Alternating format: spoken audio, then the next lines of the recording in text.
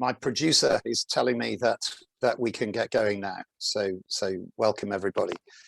Good afternoon to those of you joining us from the UK, and good evening to those of you who are joining us from South Asia.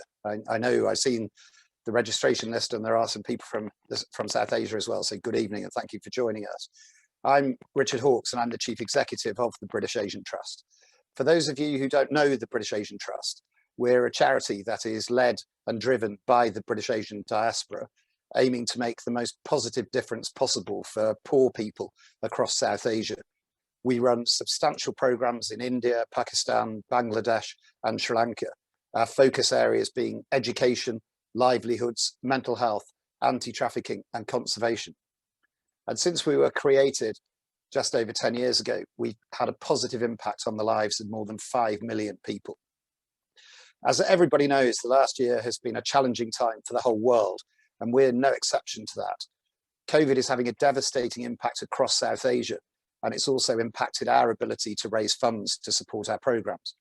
However, we were delighted to secure a partnership with the UK government, in which the government will match fund every pound that we raise until the end of May. So if you want to help us make a real difference to the lives of many people in the region, do make a donation to us, support us today for the next couple of months, and it will be doubled by the government. Since the COVID pandemic began, the British Asian Trust has been running a series of high-level webinars as part of our BAT Insights series, and I'm really pleased to welcome you to this particularly interesting session today. I'm absolutely delighted that we're joined by the celebrated journalist and author, Sathnam Sanghera. Sathnam was born to Punjabi immigrant parents in Wolverhampton in 1976. He entered the education system unable to speak English, but graduated from Cambridge University with a first-class degree in English. He's been shortlisted for the Costa Book Awards twice for his memoir, The Boy with the Top Knot, and his novel, Marriage Material. And his new book, Empireland, How Imperialism Has Shaped Modern Britain, recently hit the Sunday Times bestseller list. Before we begin, I just want to point out that this event is being recorded, so we'll be able to send you a recording afterwards and circulate that, and you can pass that on to others that weren't able to join us. We've also had some great questions come in already ahead of the session, but if any of you wish to ask questions, feel free to type them into the Q&A box and we'll do our best to use them through the session. So, as I said, I'm absolutely delighted to be joined by Sathnam. Sathnam, we're so pleased to have you here with us today to share some insights into your life and your journey. Thank you for joining us. Thanks for your time, Richard. Nice to be here. So let's get started. Sathnam, one of the things I absolutely love about my job is finding out more about the amazing stories of South Asians who came to the UK to make a better future for themselves and their families and faced incredibly challenging circumstances in doing that. Your family came to the UK in the late 1960s from the stunningly beautiful Punjab and moved to Wolverhampton. Sathnam, we were both born in Wolverhampton and we both went to the same school, Wolverhampton Grammar School, but I suspect that our childhood experiences could not have been more different. Could you just tell us a little bit to start with what it was like for your parents and for you growing up in Wolverhampton? Well, I think Wolverhampton and Jalandhar are quite similar in many respects. Also, the Punjab and Wolverhampton both landlocked. You know what I mean? The seaside is not something we know about. Anyway, my parents arrived in 1968 when Enoch Powell was at his height, making the Rivers of Blood speech. So it was a time of great racial tension, though. And so, sorry to interrupt, but he was our local MP as well. He was our local MP. I mean, yeah. For our sins. And although the challenges my parents faced were mainly within, in the sense that my father had schizophrenia and my eldest sister did too. And I guess we grew up in a very Asian part of town, Park Village, where there was a park, but it wasn't a village. And yeah, it was I guess it was very poor, but we didn't feel poor. I didn't feel poor, I guess, because I came last. And, you know, there was a lot of love and huge family, 54 cousins. A lot of those cousins lived nearby. So we were in and out of each other's houses constantly. So it just felt fun. It was a huge amount of fun and you were never lonely. although I was a quite, cerebral kid and I wanted to read a lot, and it's a very working class family. And so that was quite difficult. But Wolverhampton Grammar School, where you went, kind of gave me an outlet for my intellectual pretensions. I mean, just sort of picking up on that, your academic journey has been quite amazing. You've said you've been quite open about the fact that when you started school, you weren't able to speak English, but you ended up getting a first in English language and literature from Christ College, Cambridge, which is an amazing achievement, especially for someone from Wolverhampton. Yeah, I see it as a reflection of my parents, really. I often mention that my father can't read or write. He's illiterate, and the fact that I'm a professional writer reflects really well, not just on this country, but on my family. And I say it because people like my family were demonized by Enoch Powell when he used the Sikh community in Wolverhampton as the example in the Rivers of Blood speech of why, Britain was going to the dogs. And plainly that hasn't happened. So that's why I always like to remind people that I couldn't speak English, and my parents, they weren't particularly educated. I mean, did you feel, were there other barriers in Wolverhampton that you were aware of at the time? Well, I guess, when I got to Wolverhampton Grammar School, it was a very socially diverse place in that it was a private school. So there were a lot of rich people there, but equally there were a lot of kids on assisted places. So my fees were paid for entirely by the government. And so And the issue... just for the record, it was a state school when I went to it. Yes, yeah, no, you can have that feather in your cap. But so the issue then became one of class, I would say, surrounded by people who listened to Radio 4 and, who had dinner sitting around a table rather than in front of the TV like we did. So I think the big challenge of my teenage years was class. And when you look back, I mean, when I look back at Wolverhampton, I was very aware that it was very ethnically diverse, but it wasn't very multiculturally integrated. You could go into the town centre. I'm sure the Manda Centre was there when you were there, and there'd be sort of groups of people of different colours sort of hanging out together. And as you said about Park Village where you lived, it was a predominantly Asian part of Wolverhampton, and so I sort of look back and there were so many Asians in Wolverhampton, but to my shame, I didn't, I had a few, but only a few Asian friends, and I just didn't know anything about this sort of rich history that people had brought to the town where I was growing up. Yeah, I think that changed in my generation. We were a bit more integrated, but still, it was quite, segregated. I guess I grew up in a ghetto, really, but I find that the new generation, it is incredibly integrated. My parents' road, there's black families, Indian families, white families, and they are really friendly. And I feel that in general, that's happening with the new generation of, especially Generation Z. They don't really see race. They've grown up surrounded by diversity, and they don't see it in the way that, my generation and your generation did. Yeah, no, that's very positive and very interesting. I mean, do you think, I don't know how often you go back to Wolverhampton, but do you think that applies to Wolverhampton as well? Is that younger generation of people growing up in Wolverhampton, are they much more sort of integrated than things were certainly in my day? Yeah, and I think in Wolverhampton even more so. I mean, it's a bit of an anonymous town, you could say, but actually Wolverhampton went through the experience of mass immigration probably decades before the rest of the country, and so I feel like we are further ahead down the racial diversity road. And I look at Wolverhampton. I go back a lot, actually, not so much this year, but I go back every 2 or 3 weeks normally, and I feel like it's incredibly integrated. I mean, especially when you go to the schools, when I was at school, the brown kids were friends with the brown kids and blah, blah, blah. But now I feel that groups of friends are really racially integrated. Great. It's great to know that yet another thing that Wolverhampton is great for and doing well at, in addition to our wonderful football team, of course. Yeah, I've got the scarf here in case you mentioned it.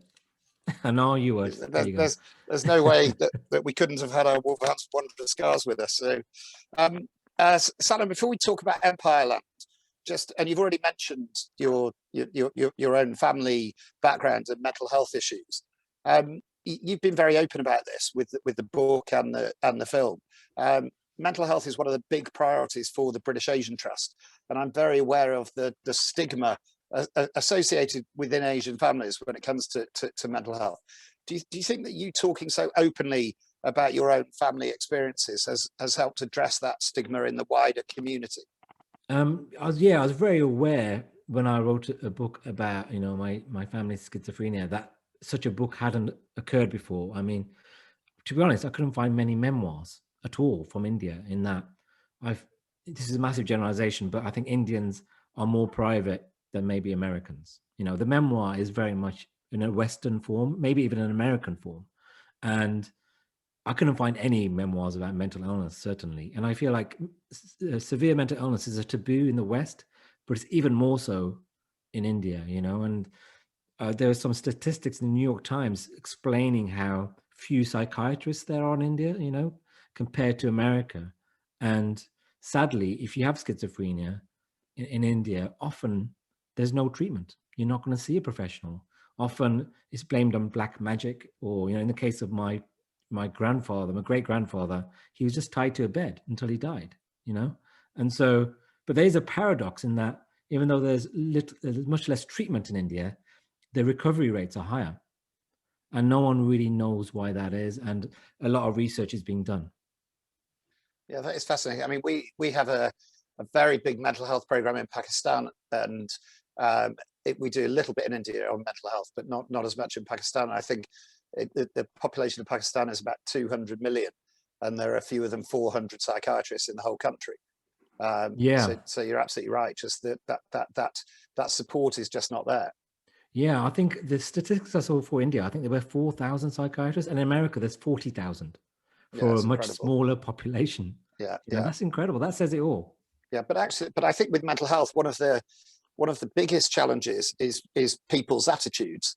And if you look at the changes in the UK over the last 10 or 15 years, where there's been, you know, it's now far more accepted that people can talk out quite openly. There's been a lot of celebrities have talked out quite openly about mental health challenges, and that drives down those barriers and makes it easier for other people. And you know, I'm sure that what you did and just being so open about that will have had that sort of impact as well. I hope so. I mean, I get a lot of letters about it, but I mean, it's a big mission, and I would say there's a difference also between depression and anxiety and stress and severe mental illness. When you talk about manic depression, bipolar, schizophrenia, often the symptoms of those diseases are the opposite, or, you know, the way they're talked about, it's a different kettle of fish. Yeah. And I'm always trying to draw out the differences, because now we have understanding about mental illness. We can go to a different level where we can have a more sophisticated understanding of the difference between the conditions. Yeah, I agree. And well, let's hope that some of those changes that are happening here and that are happening within the community here will also support the kind of programs that we're driving across the region itself, and in terms of the work that needs to happen there. Just moving on to Empireland. I was saying before, I've read it. I found it absolutely fascinating. For anyone who hasn't read it, it really demonstrates how our past is everywhere, and how much of modern Britain is rooted in that imperial past. It's genuinely full of brilliant facts and anecdotes, and it really shows how much of modern Britain, how much of the empire is embedded within so many aspects of modern British life: education, politics, statues, museums, language, cuisine, almost everything we do on a daily basis. You've made these great connections with these great stories. You even manage in the opening chapter to get Wolverhampton Wanderers in, and a connection with Molineux, the stadium where Wolves play. So it is absolutely fantastic, the connections you make and the learning that we have in reading it. But before we go into more detail about it, can you just tell us a little bit about your inspiration for it? Why did you want to write a book about this? Well, I guess, you know, if there's people from India listening to this, they won't struggle with the idea of seeing Britain through the prism of empire, because I think empire is quite well understood in India. But weirdly, over here, I don't think we see ourselves as the country that had the greatest empire, the largest empire in human history. We see ourselves mainly as the country that won World War II. You you know, the country that defeated the evil racist Germans. And what that does, it helps us forget that for about 100 years in the 19th century, we were quite racist too. You know, the British Empire was proudly white supremacist. And I think that creates all sorts of dysfunction. But also, when we do think about empire, it's through this very weird idea of the balance sheet, where we think we can, you know, balance the good against the bad, the railways against the massacres, and somehow conclude that it was good or bad, mainly that it was good. And I think that's a very silly way of seeing 500 years of history. It's too complex. It's like giving a 5-star rating to your life, you know, or to biology or something, you know. It's too complicated. So I thought it'd make much more sense to talk about the modern legacies of empire, because these are things we live with and they're much more relevant. These are things we can weigh up. And so it's almost like doing history in reverse, looking at society now and saying, oh, how much of it goes back to empire?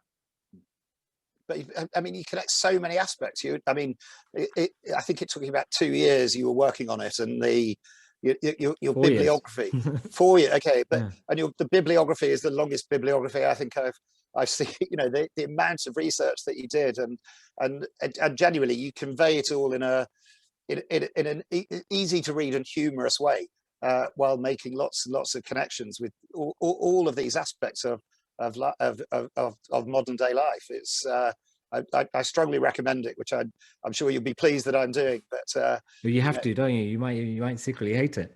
But I think the amount of reading is a very important point. I think one of the reasons empires are very poorly understood is that it's very complicated. You know, it's got ambiguous morality, it occupies a quarter of the planet, covers 500 years, whereas World War II, 6 years, clear morality, clear beginning, clear end. So it's much easier to think about World War II than British Empire. No, and you make that point really well in the book, that it is complex to understand. You know, and the point you made just then when you were introducing the last point about Britain, I think you made the point in the book about if you ask a lot of British people, or there was a YouGov poll asking British people who won the Second World War, and you know, pretty much overwhelmingly most people would say, well, we did. Alone, alone, exactly. And actually, and what was really interesting, and I've been talking to people about this over the last couple of weeks, is that apparently there are polls, and if you ask people in France and Germany and America, they actually say America won the Second World War. Yeah, you know? But not to the same degree as us. Yeah. Also, I mean, one of the arguments I make is that our multiculturalism comes down to empire. The reason I'm here, the reason the British Asian Trust exists, is that a bunch of white people went over to India and invaded it, you know? Yeah. And we forget that. And we also, part of that amnesia is forgetting about the millions of imperial troops that fought in World War I and World War II. Yeah. So even when we think about history like World War II, we erase the contribution of empire. Just, I'm not going to use that as my standard introduction to the British Asian Trust in future. That the reason the British Asian Trust exists is because a bunch of white people went over to India and invaded it. But I get the point. So yes, I think it's, you know, and I said this to you before, it's really depressing that much of what was in the book I was learning for the first time. And many others have said that. I think on your social media, people are saying that all the time. And you make the point throughout the book. I think one of your quotes, you said, at school, my education taught me nothing about the history which would have explained why there were so many brown people in Wolverhampton. And a whole section of the book is on the imperial amnesia of our education system. What do you think modern Britain and British communities could and should be doing to understand this controversial history more?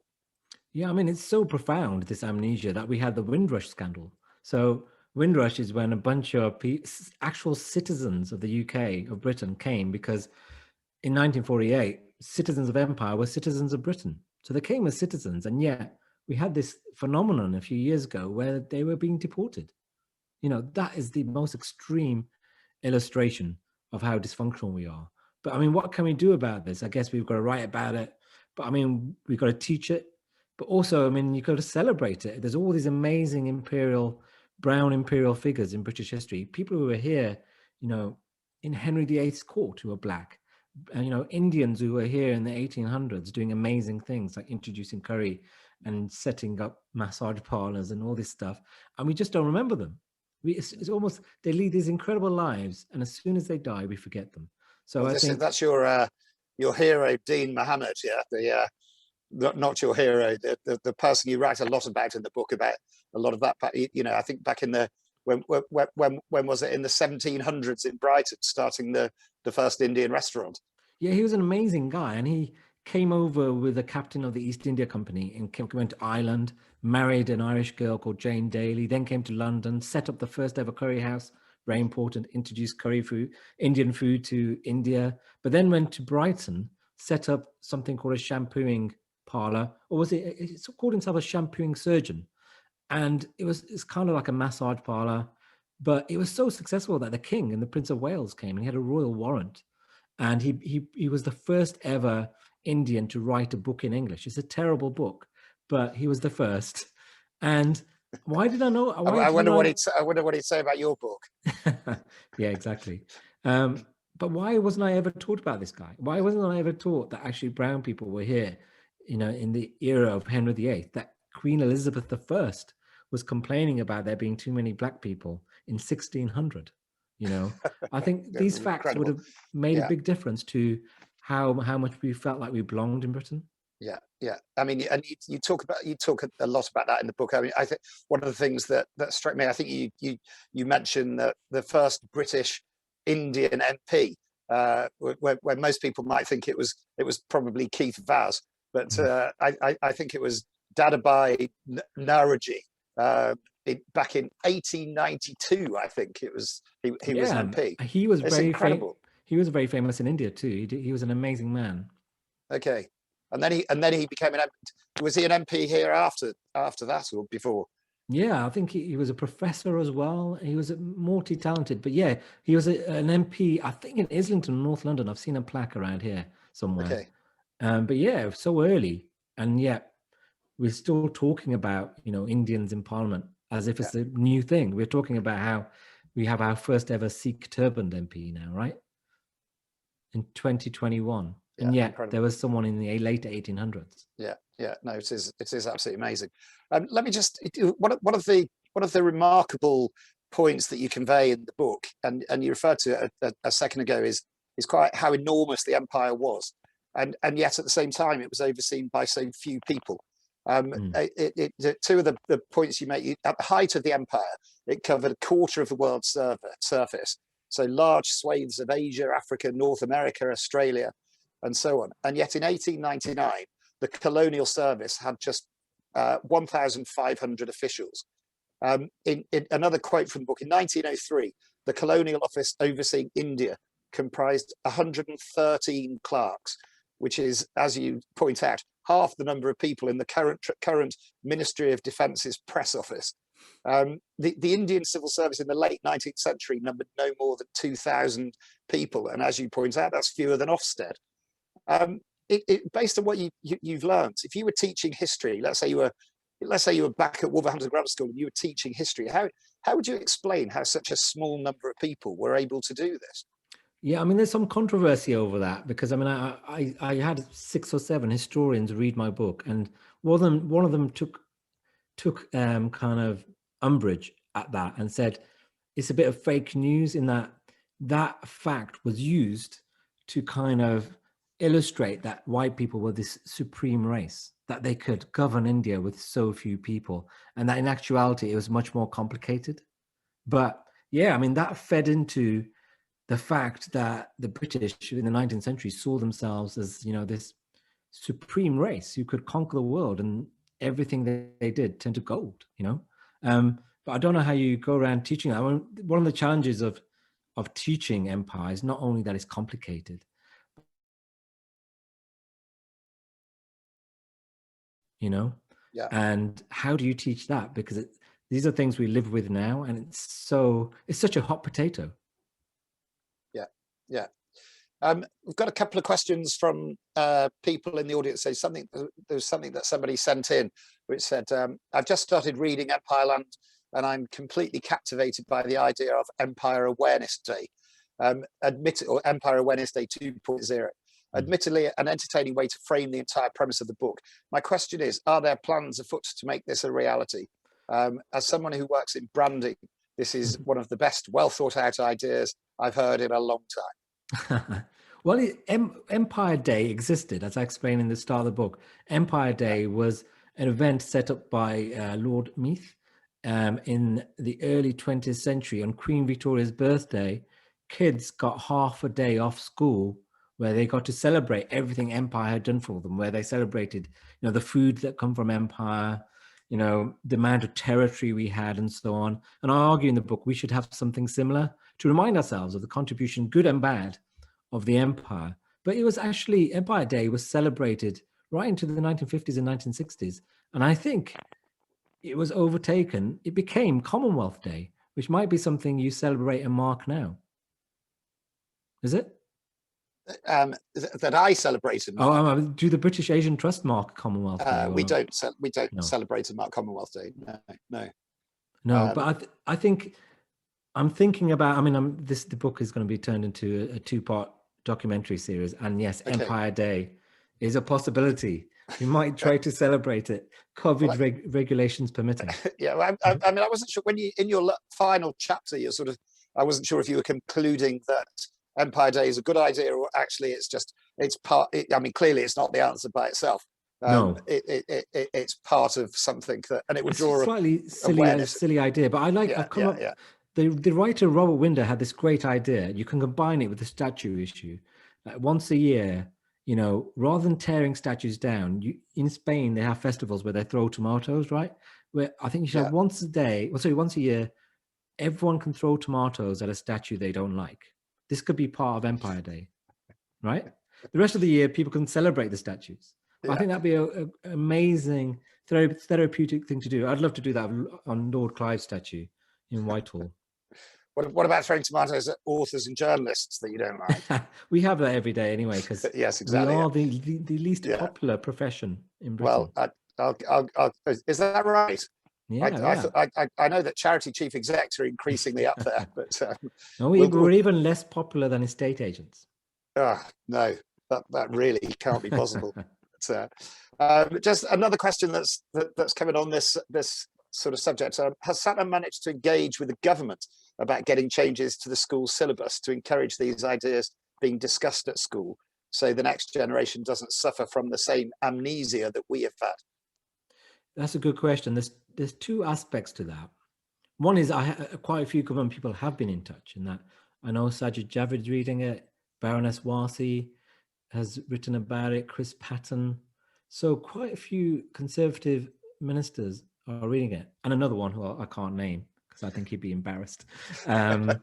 So that's quite encouraging. But is there no way you'll name that person? No, but there's been a clue in our conversation already. Okay, that's annoying now because I've got to try and work that out. So. But the problem is that as a result of Black Lives Matter, there's been a massive backlash against empire and all that colonial education. And the problem is a certain sect of the Conservative Party are kind of waging this culture war on empire. I don't know if you've noticed, certain people writing columns saying the National Trust should be investigated for investigating colonialism and how we need to introduce a law to protect colonial statues and so on.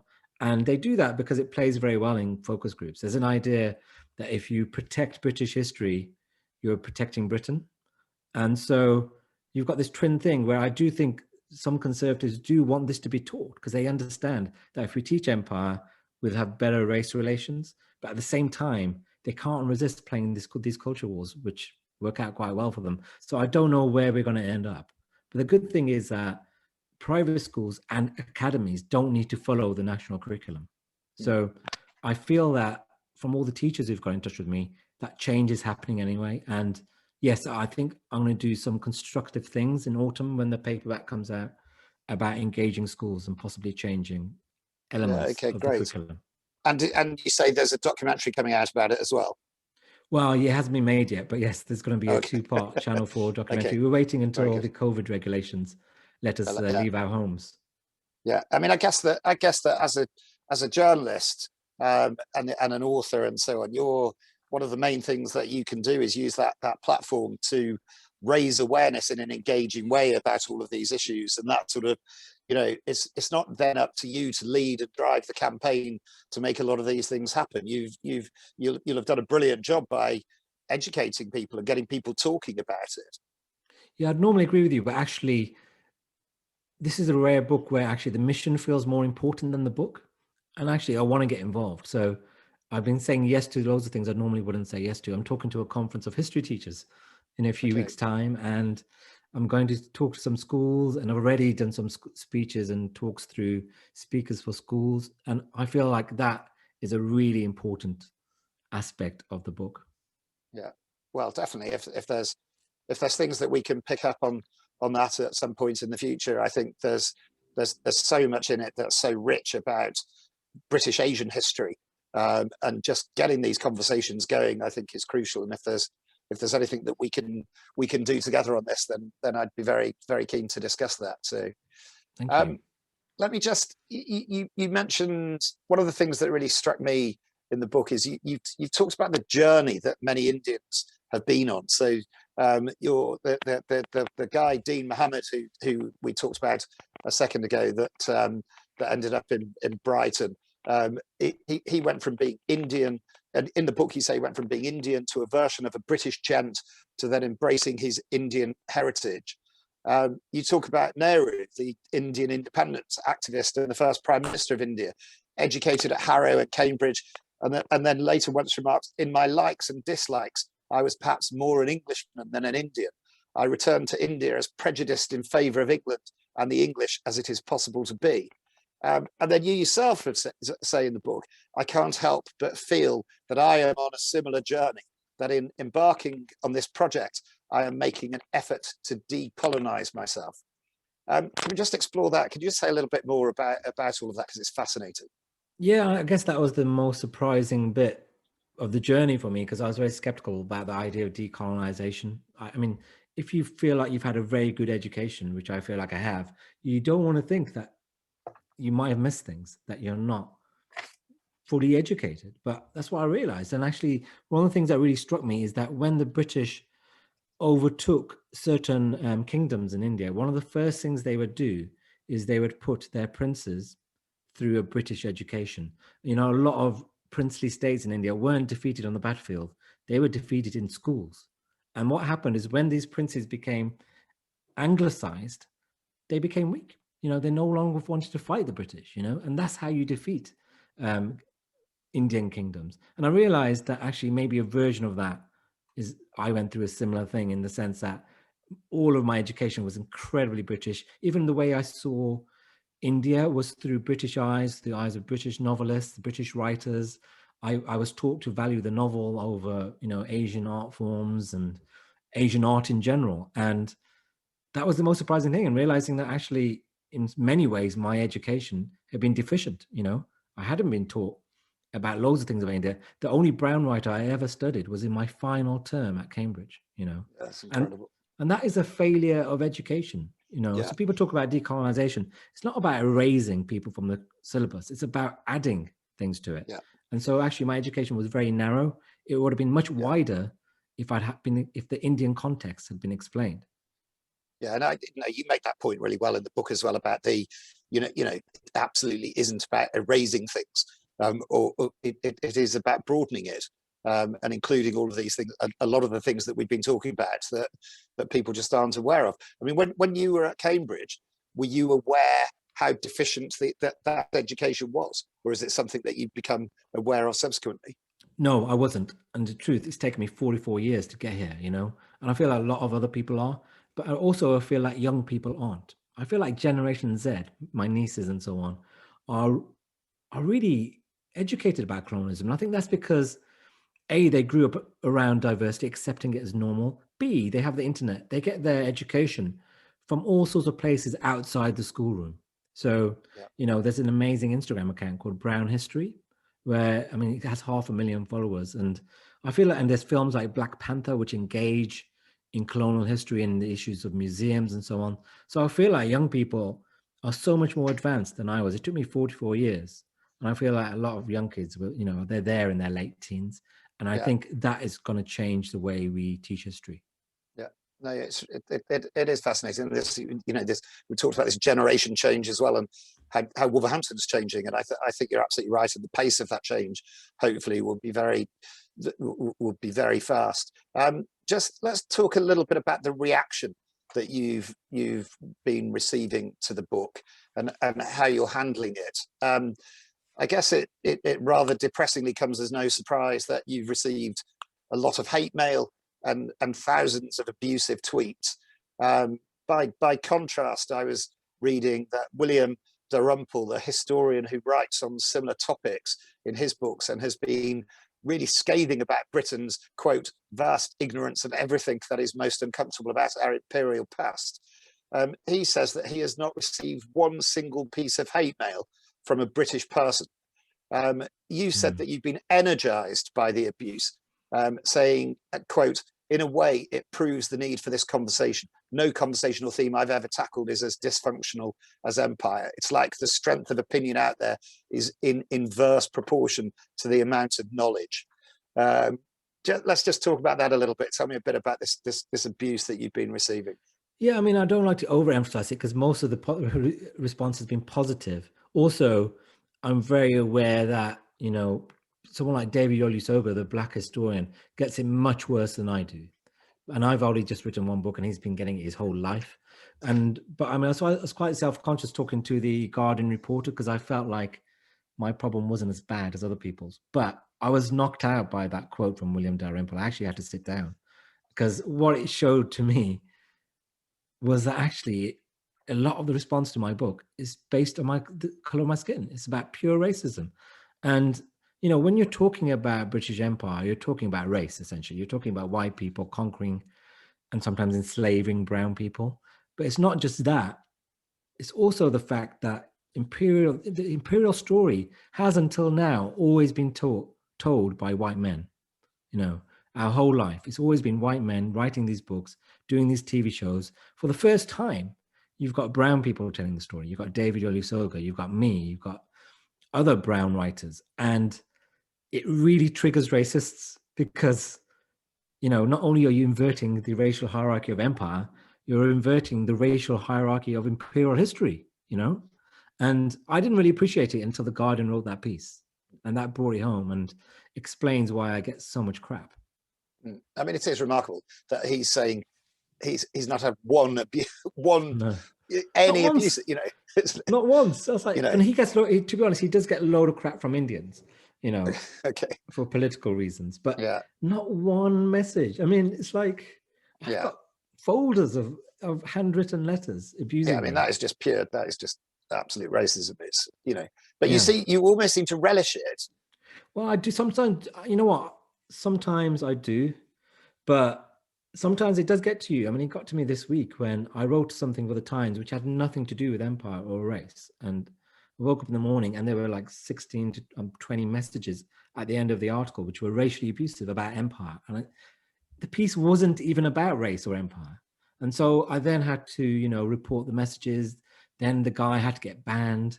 And then, someone else set up an anonymous account to be sarcastic about the fact that he'd been banned. And it's like, it occupies 2 hours of my Monday morning. This is the thing about racism. It's really time consuming and takes up energy. So even though most of the time I can laugh it off, occasionally it does get to you. Yeah, I mean, of course it must. I mean, quite clearly, I've never experienced it. You can try.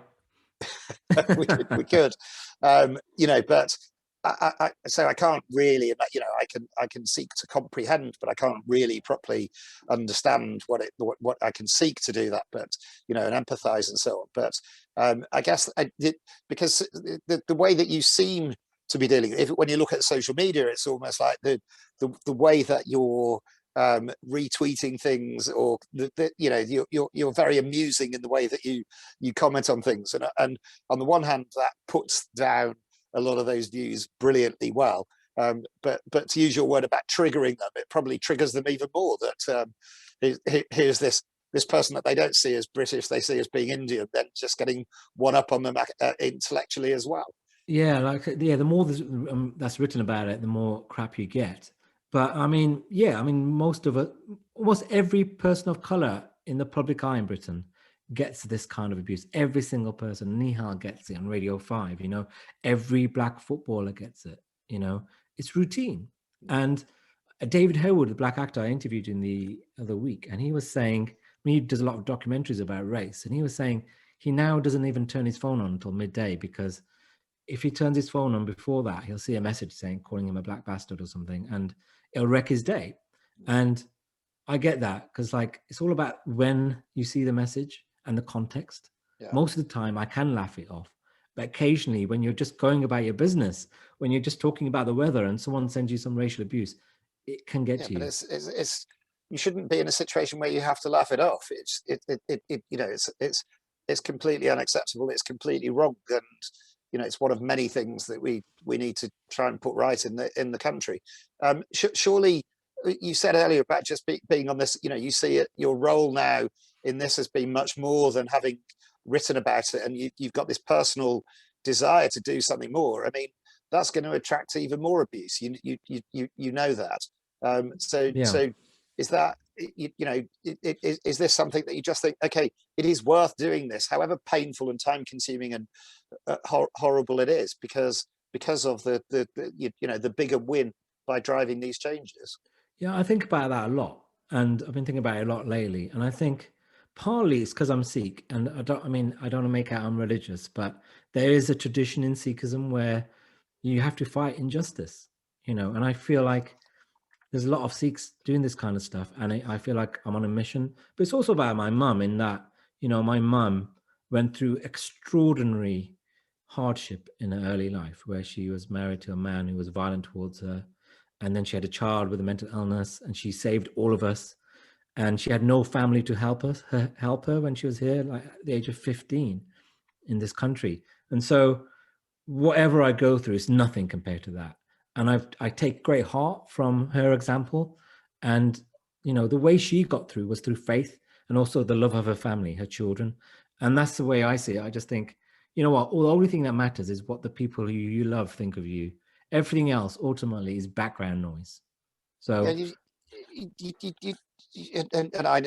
I'm sure you'll agree. There's a couple of times where you've used an example of somebody else who gets worse abuse than you, or has lived through worse experience with you. Just you know, just because you can find somebody who's had things worse than you doesn't mean in any way that it's acceptable what's happening to you. And it's it's still something. And I know you're not saying that, but no, pain. You're right. Pain is not relative, as they say. But yeah, I do think, you know, especially with Black Lives Matter, it's important to be an ally. And I think in many ways, the British Asian community is successful now. You know, I don't think I've had anything like the kind of racism in my life that the Black people I know have had. But I think they face worse socio-economic situation. They face a worse situation when it comes to the criminal justice system. So I think it's really important to be an ally. So that's why I always try to mention. Yeah, people. No, it's good and important. Just, you mentioned as well your Sikh identity there. I've just had another of your quotes where you've talked about the British Empire honed the idea of Sikhs as a martial race. Brits even publishing handbooks explaining how Sikhs had the perfect physique for fighting. Yeah, as you can tell.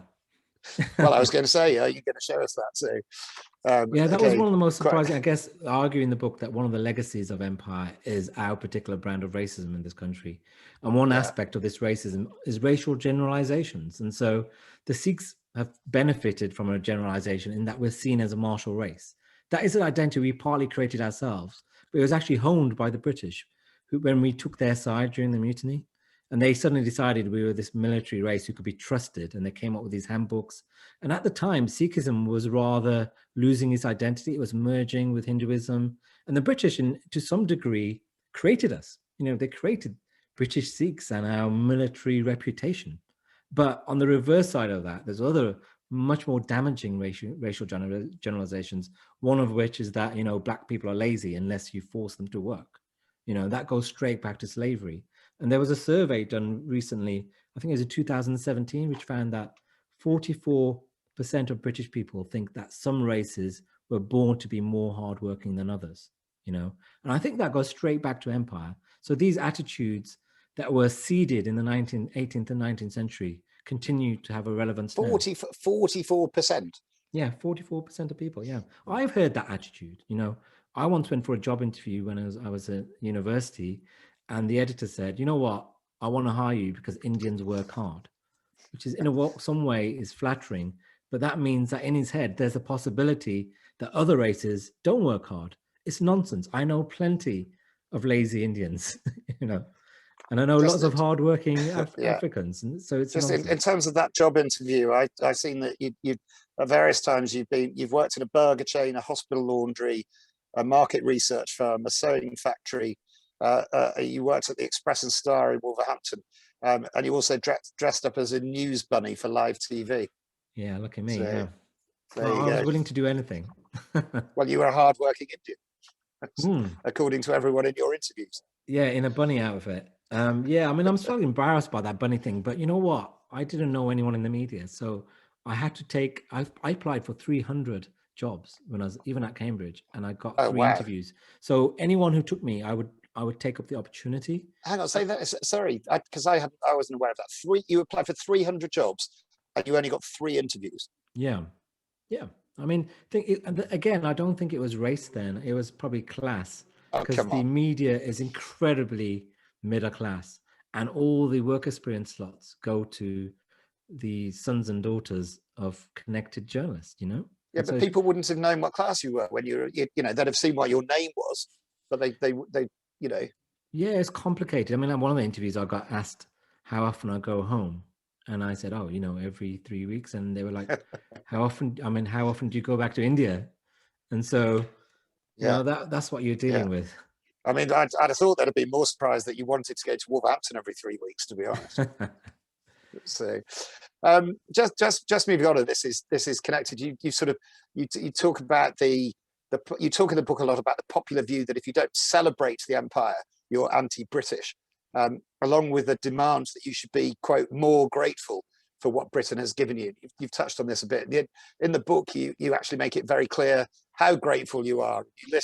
You list the things that you're grateful for, which include your education, your university, the NHS, British pop music, and Pizza Express, where I've had the pleasure of having lunch with you in your favourite Pizza Express before.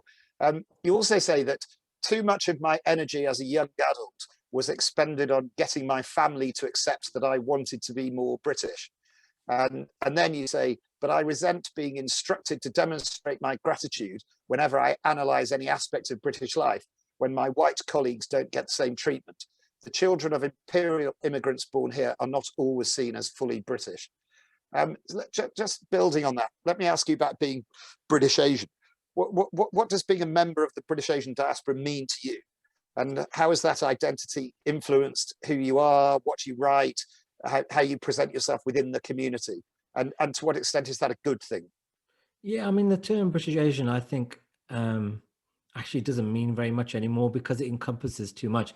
It's a bit like the phrase BAME, encompasses such a wide variety of ethnicity. The term British Asian encompasses British Hindus who are very successful professionally, right? Encompasses British Bangladeshis who don't do very well socioeconomically. And so what does it mean when you use the term British Asian? And so I tend to use the phrase British Sikh. I think we are quite a sophisticated country now when it comes to race relations. So I think people can handle smaller terms, so, but in the context it's used in relation to your charity, I think it means something, because it's not trying to say something sociological about the people involved. It's about a relationship between Britain and parts of Asia, but when it's used, when the term BAME is used, or British Asian is used to explain in a sociological situation the difference between groups, it doesn't mean very much. Yeah, no, I think that's a really good point, and I think you're right. For us, for the British Asian Trust, it's absolutely not about trying to do that. It's absolutely, and for me, one of the richness of the organisation is the fact that it is all encompassing of all of those groups, and it's as you say, the identity of the different groups within that British Asian grouping overall is absolutely fascinating. And And I love finding out about the different cultures and the different, the different histories, and the different connections and relationships that people have back with the region. It's absolutely fascinating. There was a question that came in, it's sort of similar to that from Zara Hussein on the Q&A. How did you navigate through the concept of experiencing dual cultural identities whilst growing up? I guess I mean I wrote about that in my first memoir, I guess, in my first book. Sorry, I experienced the classic, confusion about whether I was British or Indian throughout my childhood, and actually, I was in such a rush to get out of Wolverhampton and escape my quite difficult family situation that I think throughout my 20s, I didn't write ever about being Indian. I think I pretty much came a British gent. I went to Cambridge, I went to the FT. I never wrote about race or Wolverhampton, very rarely about Wolverhampton. And I just wanted to be someone else. I wanted to be this London media ponce. And but then I had a crisis about my family, and I discovered my father had schizophrenia, my sister, and I realized I didn't want to get married in the way they wanted me to get married. And so I took 2 years out of my career to face up to my dual identities. And I guess that was the book and the film. But I'm glad I did it because it all worked out. But I think every British Asian has that conflict. No, it's fascinating. And I think, again, I'm sure that anybody watching has read that book. Most people will, I'm sure. And again, it's such a personal, some of the stuff that you go into is so incredibly personal, but it's absolutely fascinating. And and again, it's so much broader. It's it's using you're using your own experiences to have such a massive impact on so many other people as well. And I know so many people who sort of talked about the having read that book, and it's not just the mental health aspects, it's also the dual identity and so on. Yeah, it's not something I planned, to be honest. I mean, the journalism at the FT is all about, when I was there anyway, it's all about not writing about yourself. It's about being objective, reporting facts. It's not about your feelings. And so I had to untrain myself to write about myself. But I realized through that experience that it can be a very powerful thing. I mean, I wouldn't normally pick up a book about schizophrenia, but lots of people have done because it contains jokes. And also, if you give the reader a narrator to care about, or a family to care about, suddenly they're interested in things they might not normally be interested in. And I feel the same with Empire. I would never pick up a book about British Empire normally because they're boring, they're long, they don't focus on the things I'm interested in, like romance and dialogue and so on. But if you give them a reason, a comfortable way in, people will sit down and they will learn with you. No, very, very good, very interesting. Just a question from Vivek Sharma, who says, if you were a futurologist, what would you like the UK education system to look like 20 years from now? Yeah, I mean, at the moment, it's hopeless because it's not only the fact that the Tories, are very pro-empire. I mean, a few years ago, you had Jeremy Corbyn saying we should teach the crimes of empire. And I think that is just as dysfunctional. I would like British Empire, given it was the biggest thing that happened to Britain, to be taught ahead of the Tudors and alongside World War I and World War II, because I think it would make us a healthier nation. It would make us less dysfunctional in our politics. It would stop this weird exceptionalism we get all the time. I feel like you could read my book and actually at the end of it be even prouder of Britain. Just because you face up to some of the dark stuff that happened, it doesn't mean you hate this country. It just means you understand it. It's like having therapy. Just because you understand yourself or your partner and you understand some of the darkness they've been through, it doesn't mean you hate them. It just means you understand them. It's a really good point, and we apply that to so many. I on a much smaller scale, there's a lot of aspects of Wolverhampton that aren't great, but I love Wolverhampton. I'm proud of Wolverhampton, and the fact that there are aspects there that aren't great doesn't bother me really. It's like you say about your own families, your own self. There are things that we won't like about our own selves. It doesn't mean that we can't be proud, and I think you convey that point throughout the book that talking about these issues does not in any way make you less less proud of the country. But, yeah, you mentioned something very particular about Wolverhampton there. I know no one else will be interested in this, but it's a very peculiar place in the sense that no one in Wolverhampton will compete to tell you how crap it is. And I think that gives it a charm. I mean, you go to Yeah. somewhere like Yorkshire and everyone's going on about how it's God's own country. You Yeah. go to Wales and people are like, oh my God, Wales is amazing. Often these people are in London. They're not even living there, you know? Whereas you go to Wolverhampton, everyone's competing to say how crap it is. They're telling competitive jokes about, you know, about the man on the horse and so on. And that's what I love about Wolverhampton. And I also think that's why it's produced quite a lot of comedy, you know, and kind of comic writers like Caitlin Moran and so on. Yeah. No, look, I think we'll draw to a conclusion in a second, but I think we can. The second final point we can both agree on is that actually Wolverhampton is a fantastic place, and the people that come out of it are the best in the world. So, just the final thing. What are your next projects? What's next for Sathnam Sanghera? I'm going to rewrite the book for an American audience. I didn't expect, to be honest, for this book to be published in America, but there's interest because a lot of the ideas of British Empire actually will be exported around the world. So I've got to rewrite it. I've got to make a documentary based on the book. So quite a lot of stuff to do with Empireland, and I mainly just want to leave the house because writing a book is like being in lockdown. So I feel like I've been locked down for 4 years. So I've got to get the hell out of this living room and just travel a bit anywhere. Yeah. Well, I think we all feel like that after the last year. But if you've experienced it for the last 4 years, then you certainly need to get out of there. So, Sathnam, we need to draw to a close. So, thank you so much. It's been great. It's been great catching up with you. I hope we can go and have lunch again in the not too distant future. Thank you for being so open and honest about your personal experiences as you are, and about the book, which is absolutely fascinating, and I strongly recommend it to everybody.